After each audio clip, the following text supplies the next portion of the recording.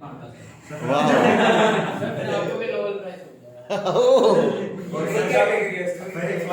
आप सुन लो, तो ये जो है लॉ है, तुम इस 6 केस में लगा सकते हो। नाउ यू माइट से कि अगर इसके अलावा केस आएगा तो क्या होगा ना। देखो अल्टीमेटली फोर्स ऑफ ग्रेविटेशन हमेशा एक ही लॉ से ही निकलेगा और वो है यही लॉ।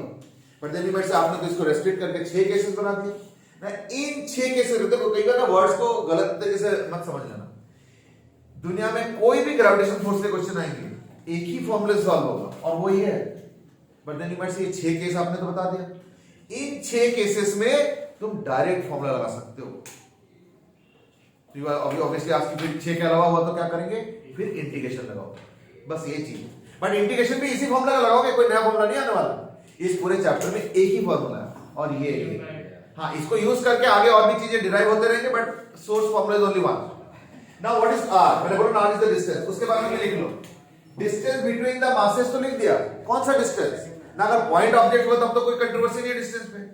अगर स्फीयर होगा तो क्या होगा ना, लिख लो डिस्टेंस बिटवीन, या डिस्टेंस बिटवीन मत लिखो, distance from centre of sphere. ध्यान रखना इस चीज से। स्फीयर स्फेरिकल मासेस ना ना ना ना, ये तो अच्छा बोल दिया तुमने। अभी मैं इस पे आ रहा हूं, रुक जाओ। सेंटर ऑफ मास याद रखना ग्रेविटेशन में काम नहीं करता है। मैं बता दूं कैसे। कोइंसिडेंस है वो। मैं एग्जांपल बताता हूं, खुद ही कन्विंस हो जाओ 2 मिनट में, रुक जाओ। एक काम करो, सपोज मैंने क्या किया, मैंने एक यूनिट बनाया। उस यूनिट में क्या है, 2 पॉइंट मासेस है, एक m और एक m, और उनके बीच में सपोज डिस्टेंस है r। ठीक है, मैं इसको एक सिंगल मास समझ रहा हूं। ओके, अब एक काम करो, यहां पे r डिस्टेंस दूर एक और मास रख लो m डैश, और लेट्स से बाय चांस ये भी r डिस्टेंस है। ठीक है, मैं तुमसे पूछ रहा हूं, यानी समझ लो क्या हो रहा है। समझ लो एक फुटबॉल टाइप का कोई एंटिटी है, उसके अंदर 2 मासेस रखे हैं m और m, और वहां से r डिस्टेंस दूर एक और मास रखा है m डैश। सपोज मैं तुमसे पूछता हूं फाइंड आउट फोर्स बिटवीन क्या 2m एंड m डैश। एक काम करते हैं, मान लेते हैं कि सेंटर ऑफ मास का कांसेप्ट काम करता है। मानने में क्या, तो इसका मतलब क्या हुआ कि मैं इन मासेस को हटा के एक सेंटर मास पे मास रख सकता हूं, सिंगल मास, जो कि टोटल मास के बराबर होगा। चलो let's assume that centre mass works. So let's assume centre of mass works. ठीक है, तो फिर क्या होगा, इसको हटा दूंगा मैं, और इसको हटा के एक सिंगल मास रखूंगा 2m, और यहां पे m डैश। डिस्टेंस क्या होगा, 3r/2। क्यों, कुछ और इधर, क्योंकि ये 2m मास का सेंटर मास यहां पे, मैं इसको 2m समझ रहा हूं, और ये m डैश है, ये r है, और ये क्या होगा r/2।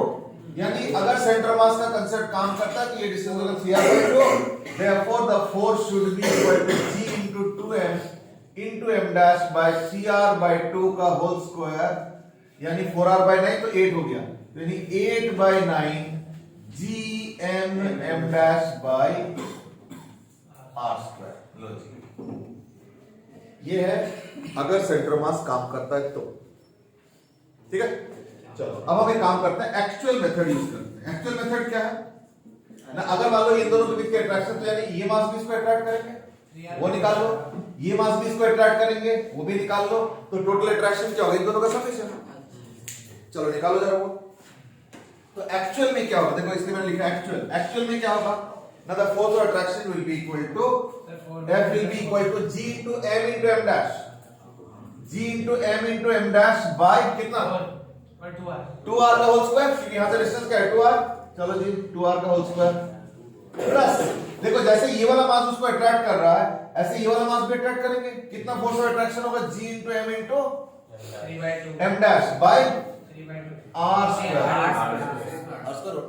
तो एक काम करो, gn square by r square तो ले लो कॉमन, तो क्या आएगा 1/4 प्लस 1, तो 1/4 प्लस 1 तो कितना आ रहा है, देखो now there is a problem. You might say ये आप कैसे बताओ कि ये वाला, हाँ ये वाला सही, ये वाला सही, क्योंकि दोनों फोर्स कर रहा है, दोनों फोर्स कर रहा है। मतलब ये 1 से ज्यादा इसलिए आना चाहिए, दोनों इस तरफ खींचे। हाँ वो एक्चुअली देखो ये वाला सही क्यों है, क्योंकि ये मास हो या ना हो, ये इसको अट्रैक्ट तो करेगा। कितना अट्रैक्ट करेगा? पहला वाला। और ये वाला मास हो या ना हो, ये तो उसको अट्रैक्ट करेगा। कितना? ये वाला। अगर दोनों मास इकट्ठे होंगे तो ये दोनों मास उसको अट्रैक्ट करेंगे, दिस प्लस दिस ऐड होगा। इसमें तो कोई कमी नहीं है, इसमें तो कोई दिक्कत नहीं। इसमें हमने क्या किया, मान लिया कि एज्यूम की सेंटर मास वर्क्स। ये तो जबरदस्ती हमने माना है, काम करता है नहीं करता है किसने बता दिया, हम चेक कर रहे हैं और देख रहा हूं कि आंसर गलत आ रहा है, यानी क्या हो रहा है, centre of mass concept does not work. ठीक है ना, डज नॉट वर्क। अभी तो बता रहे हैं। अच्छा ठीक है ना, सेंटर ऑफ मास का कांसेप्ट काम नहीं करता है। But he raised another issue is that ये जो स्फीयर है इसमें तो आपने सेंटर टू सेंटर डिस्टेंस लिखा है, कहीं लिखा था ना, distance centre of sphere, it's a coincidence. और ये सिर्फ और सिर्फ स्फीयर में कोइंसिडेंस होता है, और हजारों केस ले लो, कुछ भी केस ले लो, कहीं काम नहीं करेगा। सेंटर मास वाला सिर्फ और सिर्फ स्फीयर में काम करता है। यानी स्फीयर में अगर मान लो जैसे इसके और इसके बीच में अट्रैक्शन फोर्स निकालना है, तो डिस्टेंस क्या लोगे, मैं इस वाले पॉइंट मास से इस स्फीयर का सेंटर, सपोज ये दोनों हॉलो स्फीयर्स है, इनके बीच में फोर्स और अट्रैक्शन निकालना, तो कैसे निकालोगे, मैं इसके सेंटर से इसके सेंटर तक का डिस्टेंस निकालोगे। इस वाले में क्या होगा, इसके सेंटर से इसके सेंटर का डिस्टेंस निकालोगे, एंड सो ऑन। समराइज हो गया सारा। नाउ से इसके अलावा कुछ भी क्वेश्चन होगा तो मोस्टली हमें इंटीग्रेट करके सॉल्व करना पड़ेगा। इसलिए एक काम करो, एक क्वेश्चन हम लोग जो है इंटीग्रेशन का भी कर लेते हैं। भाई तो एक चीज थोड़ा बताना चाहूंगा कि अभी मोमेंटम में आ जाएंगे हम लोग, दैट इज ध्यान रखना, फिजिक्स का जर्नी मनन बदलिए। सुन लो, फिजिक्स का जो जर्नी है वो इस चैप्टर से हो गया इजी, इसलिए इस चैप्टर के पकड़ को लूज मत करना। और एक चीज मैं बताऊं, कई बार ना हम लोग थोड़ा सा अननेसेसरी उल्टा सोचने लगता है, क्योंकि आई एम श्योर जैसे जैसे एक एक चैप्टर करेंगे ना, तुमको खुद को लगेगा कि इन चैप्टर्स का तो लेवल थोड़े हल्के हल्के हैं, और वो जो 2-3 चैप्टर किए ना, work energy, laws of motion, constraint equation, पता नहीं क्या क्या, और रोटेशन, वो बड़े अच्छे लेवल के चैप्टर्स हैं, होते होंगे। बट याद रखना, सारे क्वेश्चंस के एक ही मार्क्स होता है, वो है 4 नंबर या तो 3 नंबर। तो इसके रोटेशन का कोई बहुत टफ क्वेश्चन 5 मिनट लगा के सॉल्व करोगे, उसमें भी एडवांस में 3 नंबर और मेंस में 4 नंबर मिलेगा। और ग्रेविटेशन का कोई आसान क्वेश्चन आएगा, 32 सेकंड में सॉल्व कर लोगे, उसमें भी 4 ही नंबर है या 3 नंबर है। तो कई बार हम लोगों का फोकस उल्टा हो जाता है।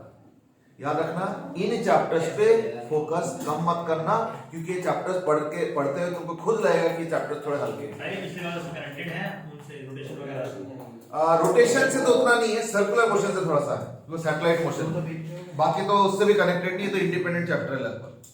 ठीक है ना, तो इसलिए हम अलग से नहीं पढ़ सकते, ऐसे कोई दिक्कत नहीं है। और वैसे भी देखो, ग्रेविटेशन चैप्टर तुमने 9th में ही पढ़ा था, उसके पहले रोटेशन थोड़ी पढ़े थे, इसलिए कनेक्टेड उतना नहीं है। हाँ, एक दो जगह है खास करके circular motion, but that is only when we do satellites, वो तो पूरा एंड ऑफ द चैप्टर, उसके पहले तो बहुत कुछ है, वो सेक्टर में सब कुछ उसमें ही है, एंगुलर मोमेंटम थोड़ा बहुत है, ऐसे नहीं कि बिल्कुल कनेक्टेड है, बट काफी काम है। अच्छा सुनो, अब मैं जो क्वेश्चन दे रहा हूं, मैंने क्या बोला कि अगर पॉइंट मास स्फेरिकल मास हुआ तब तो जब बस फॉर्मूला लगा और आंसर आ गया, लेकिन अगर उसके अलावा कुछ होगा तो जनरली कहते हैं इंटीग्रेशन सॉल्व होगा। जैसे एक क्वेश्चन मैं दे रहा हूं, ये देखो, ये मास m है, इसका लेंथ l है, रंग बात नहीं, और यहां पे पॉइंट मास m लिया है मैंने, इसका भी डिस्टेंस l है। अब तुमको बताना है force between the rod and the point mass. अब तुमको बताना है force between the rod and the point mass. ठीक है, यस, पहले अटेम्प्ट करो इस तरह से। नहीं पूछा तो तुम्हारे नीचे क्या है,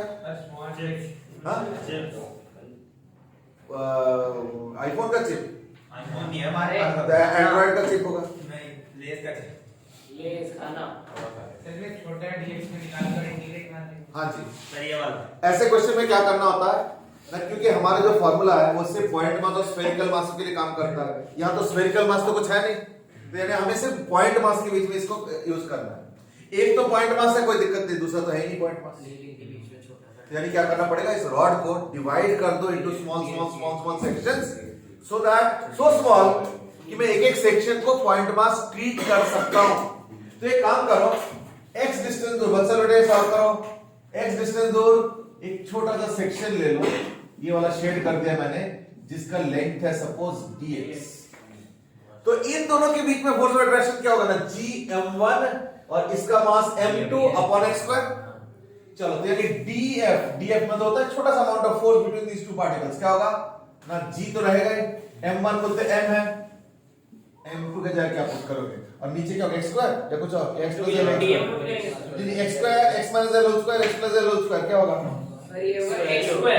x स्क्वायर, क्योंकि हमने x ले लिया डिस्टेंस फ्रॉम दिस।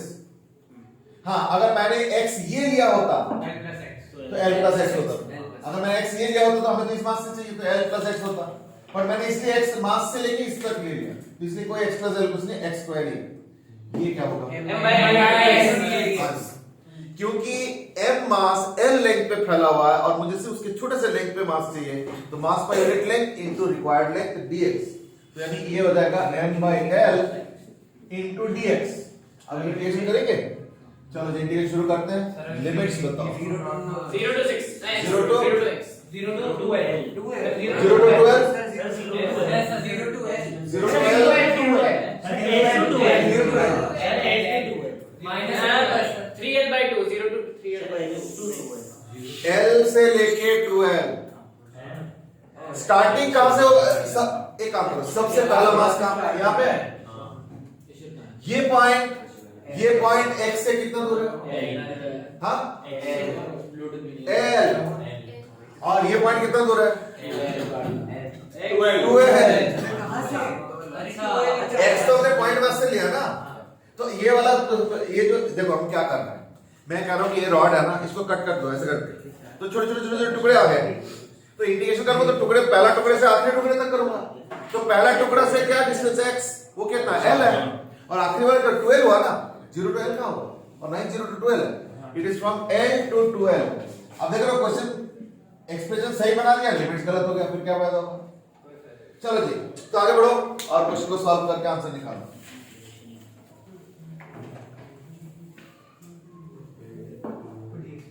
यानी क्या हो गया, gm स्क्वायर बाई l बाहर आ गया, x स्क्वायर dx, तो यानी x टू द माइनस 2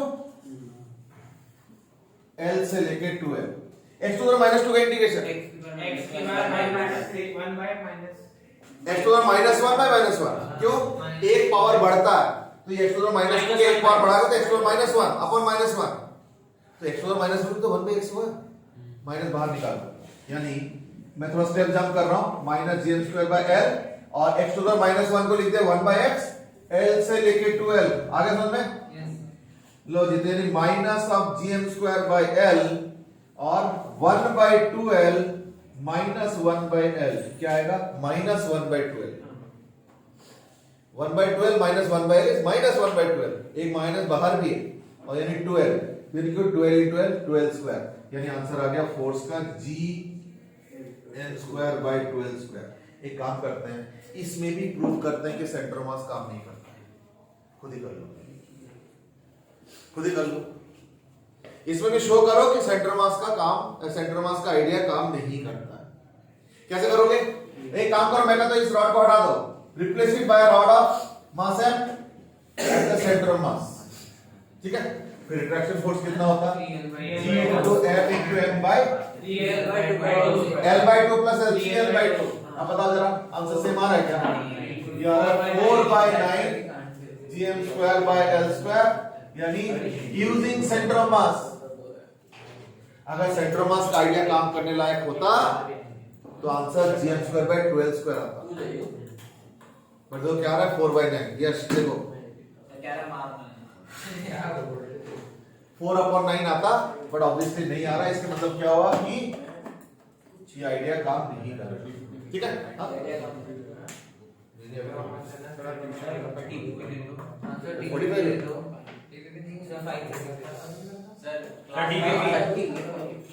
अब मैं डाले में कि मैं डीपीपी दूं या घर के लिए दूं, दे दो सर, दे दो सर, बहुत अच्छे घर पे करने की, चलो कोई बात नहीं, देखते हैं। अच्छा देखो अभी थोड़ा सा करने देखिए, अरे एक काम करो आप, डीपीपी दो सर, एक सेकंड देखो, जब बहुत सा एक पार्टी, एक मिनट वत्सल, एक पार्टिकल जब होता है तो हम डायरेक्ट फॉर्मूला लगाएंगे, मल्टीपल पार्टिकल्स के लिए क्या करेंगे, उसके लिए हम लोग बोलते हैं सुपरपोजिशन। ये देखो सुपरपोजिशन, यस इधर मुड़ो बेटे। सुपरपोजिशन क्या है ना, if there are many particles and we have to find out the force, तो एक काम करो, एक एक के वजह से फोर्स निकालो और इन सबको वेक्टर सम कर दो। तो यानी अगर सुपरपोजिशन का आइडिया ना भी दिया जाए तो वही करते ही नहीं। बट चलो ठीक है, एक फॉर्मल लॉ होता है, तो superposition says what, now for multiple particles क्या होगा ना, F net is equal to vector sum, मैं थोड़ा शॉर्ट में लिख रहा हूं, vector sum of individual forces। तो सबको अलग से निकालो और फिर उसके बाद रिजल्टेंट निकालो। जैसे एक डायरेक्ट क्वेश्चन से स्टार्ट कर रहा हूं मैं। सपोज एक इक्विलेटरल ट्रायंगल है, इक्विलेटरल ट्रायंगल है, ये m मास है, इक्विलेटरल ट्रायंगल है, R। एक काम करो, इसका नाम मैं दे देता हूं A। तो find out F A vector, find out F A vector. A means यहां पे एक मास m है, ठीक है ना, यहां पे एक m मास है, यहां पे एक m मास है, यहां पे एक m मास है, ये R। तुमको निकालना है force on this small m मास। तो find out force on equilateral है, इक्विलेटरल है, इक्विलेटरली होगा बेटे। पहले सॉल्व करो, इसके बाद बातें करोगे। मनन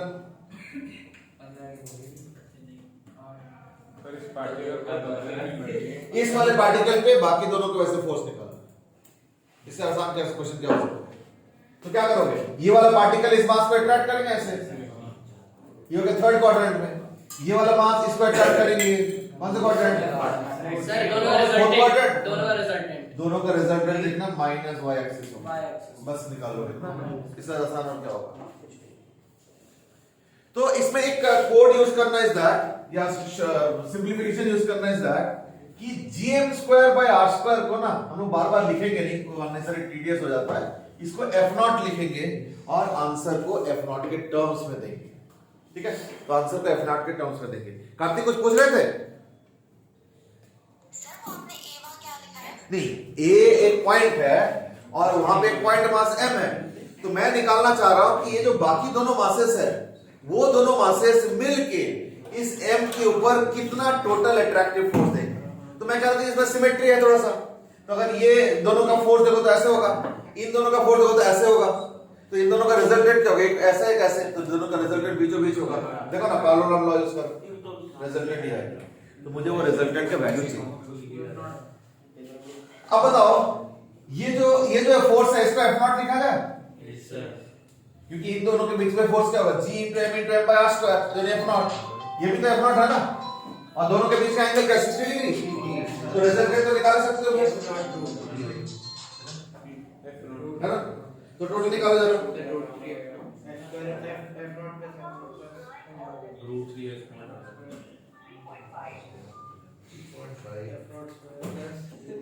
आपके पास ही ऐसी कॉल आती है? मेरे पास नहीं आती है। ये बिजनेस वाला शायद अकाउंट, आई डोंट नो। हाँ हाँ, √3 आएगा, क्यों?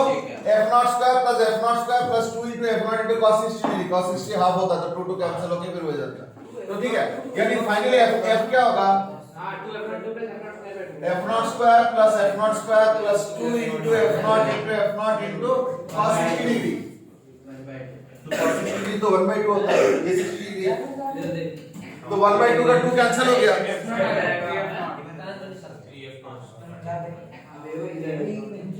तो क्या लिखो फिर finally f vector is equal to -√3